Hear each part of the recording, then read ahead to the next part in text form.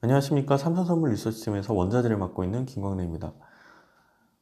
전일 아시아장에서 미국 최대 원유 ETF인 USO가 6월물을 철물과 원월물들로 교체한다는 소식과 국내 ETF와 ETN이 추정하는 S&P 지수가 6월물 대신 7월물을 추정하면서 방식을 변경하겠다고 발표를 하면서 6월물이 급락세를 보였습니다만 이후에는 미국의 경제 재개 조짐에 유가가 급반등세를 보이고 있습니다. 현재 5월의 모든 초점은 미국 내 경제 재개와 그리고 원유 재고 감소에 맞춰져 있습니다. 지난 두 달 동안 극심한 변동성을 보였던 유가의 5월 전망을 시작하도록 하겠습니다.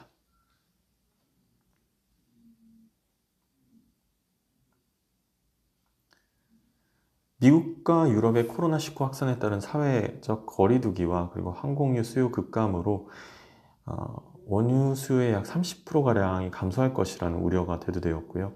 미국 내 가솔린 수요가 약 500만 bpd가량 감소하면서 원유 재고도 큰 폭으로 증가해 하락 압력으로 작용을 했습니다. 월초 오펙 플러스의 긴급 화상회의가 한 차례 연기된 이후에 사우디와 러시아를 비롯한 주요국들의 합의가 이루어졌습니다만 멕시코의 반대로 막판까지 좀 최종 타결 가능성이 좀 제한되는 그런 흐름을 보였었습니다.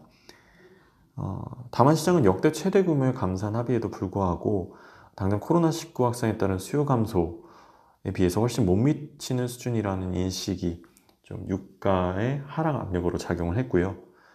역대 최고치를 기록하고 있는 해상 재고와 그리고 미국 내 원유와 가솔린 재고가 급격하게 증가하면서 $20를 하회했습니다. 이후에는 그 5월물이 롤오버 기간 극심한 변동성을 보이면서 사상 첫 마이너스를 기록을 했고요. 현재는 6월물로 교체된 이후에 약 $13 전으로 움직임을 보이고 있습니다. 일단 3월 오펙 생산량부터 살펴보실 텐데요. 2월 대비해서는 약 82만 배럴 정도 증가를 했습니다. 사우디와 더불어서 UAE 그리고 쿠웨이트만 유일하게 10만 bpd 이상 생산량을 늘렸는데요. 3월 달에는 사우디와 러시아가 감산 합의를 실패하면서 유가가 평균 $25 수준을 기록을 하고 있었고, 이 당시에 미국과 유럽의 코로나19 확산으로 수요가 급격하게 감소하던 달이었던 만큼 이들의 원유 생산량 증가는 좀 의아한 상황입니다. 일단 그럼에도 불구하고 무리하게 생산량을 늘렸던 이유는 일단 러시아에 대한 경고와 더불어서 향후에 있을 감산 합의에서 보다 나은 생산 쿼터를 부과받기 위한 그런 전략적 판단으로 풀이가 됩니다. 현재 미국의 제재를 받고 있는 이란과 베네수엘라 그리고 내전 중인 리비아의 생산량 감소에도 불구하고 오펙의 생산량이 급격하게 증가하면서 마감했습니다. 분명 오펙 플러스의 감산 합의는 970만 bpd로 역대 최대 규모가 맞습니다. 과거에는 많아봤자 한 200만 배럴 정도 수준이었는데요. 그럼에도 불구하고 코로나19가 확산이 되면서 수요는 그보다 훨씬 큰 약 3배가량이 감소한 것으로 알려지면서 전 세계 공급 과잉 우려가 심화되었고 재고 우려까지 더해지면서 하방 압력이 좀 극대화됐습니다. 오펙 플러스는 2018년 10월 기준으로 5월과 6월에는 970만 bpd 그리고 연말까지는 770만 bpd 이후 2022년 4월까지는 580만 bpd 감산에 합의했습니다.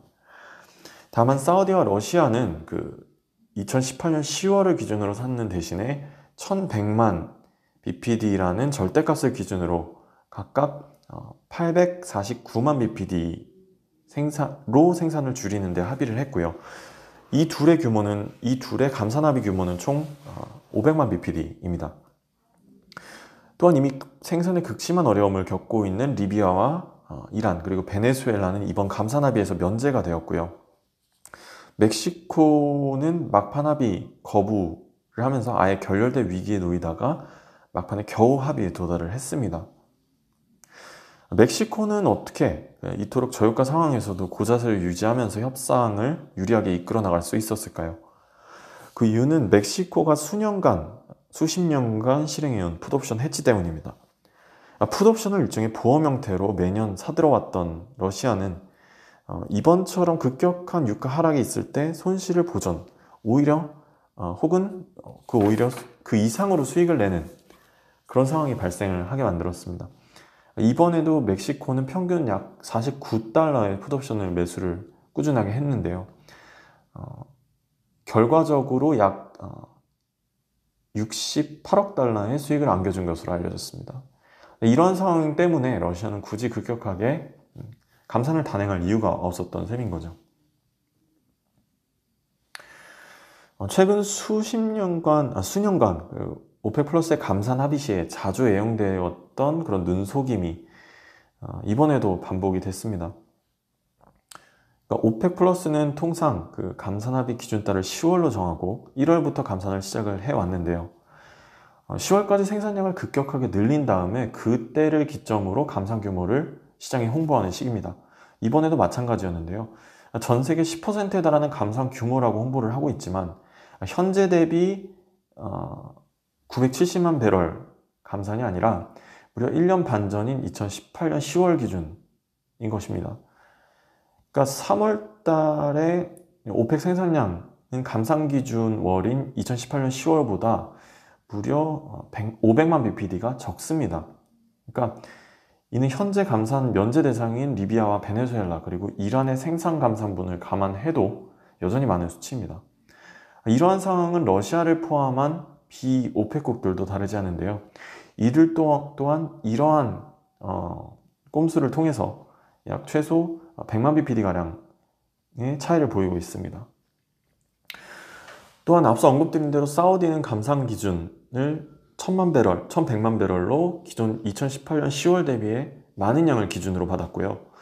러시아도 1100만 배럴이면 당시보다는 적어 보일 수 있지만 이번 감산 합의 기준에는 컨덴세이트 약 70만 배럴에서 80만 배럴가량이 빠져있기 때문에 실제로 이 두 국가는 더 적은 양을 감산하는 셈입니다. 그래서 이러한 이유들로 인해서 그 오펙 플러스의 레토릭은 한 번쯤 의심해 볼 필요가 있다라는 판단이고요. 어쨌든 그 4월달 들어서 그 5월물이 가격 왜곡이 심하게 벌어지면서 사상 첫 마이너스 유가를 기록을 했습니다. 선물 만기를 하루 앞두고 거래량이 급격하게 감소한 와중에 단기 매수세가 증발한 영향이 컸는데요. 코로나19의 전 세계적인 확산에 따른 실물 수요가 급감을 했고, 그리고 4월 오펙 플러스의 증산에 따른 최근 월물 가격 눌림 현상, 그리고 이후에는 그 실제 감산에 대한 기대와 더불어서 코로나19 정치에 따른 향후 수요 개선 기대, 그리고 원유 재고 급증, 해상 재고와 항구 재고 등으로 저장 공간이 부족하면서 5월물과 6월물 간의 스프레드가 이례적으로 확대되었고, 그러니까 롤이 진행되는, 그러니까 5월물 매도와 6월물 매수가 대부분으로 진행되는 가운데 실제 5월물에 대한 매도 물량을 받아줄 실물 수요, 여기서 말하는 실물 수요는 그 항공기업이라든지 아니면 정유 기업들인데요. 이들에 대한 실물 수요가 급격하게 사라지면서 가격이 수직 하락한 것입니다. 그러니까 이러한 가운데 5월물 매수자들은 그러니까 만기가 다가오면서 실물 인수가 어려운 상황에서 대부분 강제 매도 청산이 되었고요. 실물 인수를 받는 곳의 경우에는 막대한 보험 비용, 보험료, 운송료 등을 고려해야 하는 상황이 되었습니다. 그래서 결국 최근 월물의 매도세가 집중되는 가운데 차익 거래를 위한 트레이더의 매수세도 부재한 상황이 되다가 미국 내 쿠싱 지역 재고도 한도에 근접하면서 급격한 가격 하락의 결과가 마이너스 유가로 나타난 것입니다. 한편 트럼프는 그 11월 재선을 앞두고 유가 하락으로 큰 고민이 생겼습니다. 유가가 50달러에서 60달러 수준일 때는 석유업계들의 수익도 보장이 되고, 그리고 에탄올에 대한 수요도 자연스럽게 증가하기 때문에 그 옥수수 농가들의 불만도 없었습니다. 미국에서는 다른 나라와는 달리 정유업체가 정유 제품을 생산을 할 때 그 유해 물질을 발생하는 것을 줄이기 위한 명목으로 에탄올과 같은 바이오 연료를 혼합하도록 의무 조항을 두고 있습니다. 이 에탄올의 주 원료가 미국에서는 옥수수입니다. 그러니까 미국 내 전체 옥수수 생산량 중에 30%가 에탄올 전제로 사용이 되고 있는데요. 정유소들이 그 의무 조항을 준수하는 데에는 수십억 달러의 비용이 들어갑니다. 다만 그 에탄올 사용 의무 조항이 해지될 경우에는 미국 중서부 그 농가들의 주요 소득원인 옥수수 수요량이 급격하게 줄어서 농가 수입에 큰 타격이 불가피하게 됩니다. 그래서 현재는 저유가와 그리고 가솔린 수요 감소로 인해서 에탄올 생산이 급격하게 감소를 했습니다. 그러니까 옥수수 농가들은 에탄올 의무화 비중 확대를 요구하고 있는 반면에 석유 업계들은 비중 축소를 요구하고 있습니다.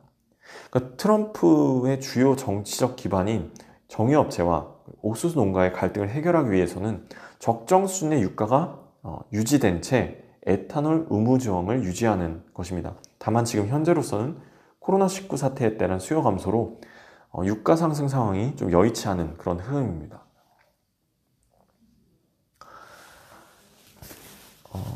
미국 내 코로나19 확산으로 좀 자택 격리 경고와 그리고 사회적 거리두기를 위한 그 주요주들의 비상사태 선포로 미국 내 자동차 이동량이 급격하게 감소하면서 미국 내 휘발유 수요가 약 3분의 1로 감소를 했습니다.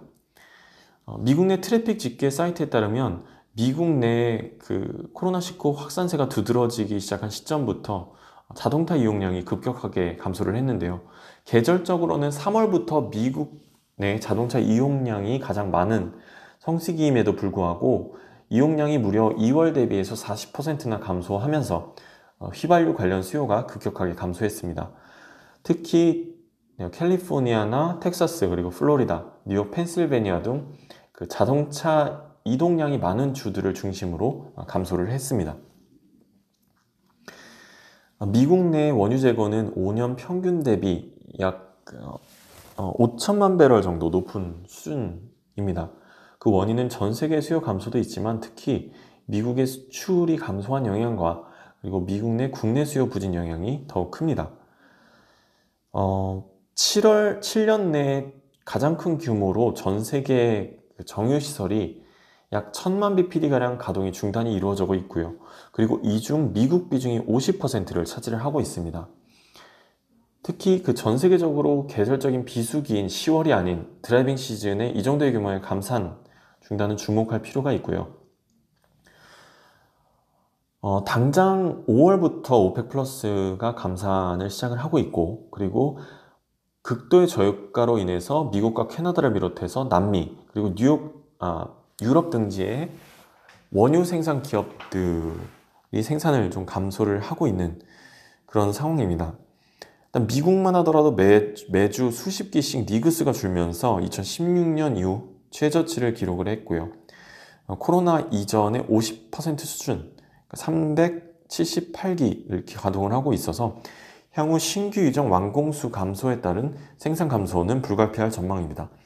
일단 5월 5일로 예정된 그 텍사스 철도위원회의 100만 bpd 자발적 감산 합의 여부와 더불어서 오클라호마주와 그 뉴멕시코도 불이익 없이 실 유정의 잠정 폐쇄를 허용하면서 미국 내 800만 bpd로 약 60%의 원유 생산을 담당하고 있는 패드3 내에서 자체적인 감산이 이루어질 가능성이 존재합니다. 다만 이러한 생산 감소 기대에도 불구하고 본격적인 수요 개선을 위해서는 미국을 비롯해서 주요 국가들의 경제 제재가 5월 중에 동반되어야 가능할 전망입니다. 본격적인 드라이빙 시즌이 기대되는 5월 주요국들의 경제 활동 재개가 가동될 경우에는 유가는 전 세계 재고 생산 감소와 원유 생산 감소 기대 등을 반영하면서 점진적인 지지력과 함께 $20 중반까지 유가가 회복될 전망입니다. 지금까지 삼성선물 리서치팀에서 김광래였습니다. 감사합니다.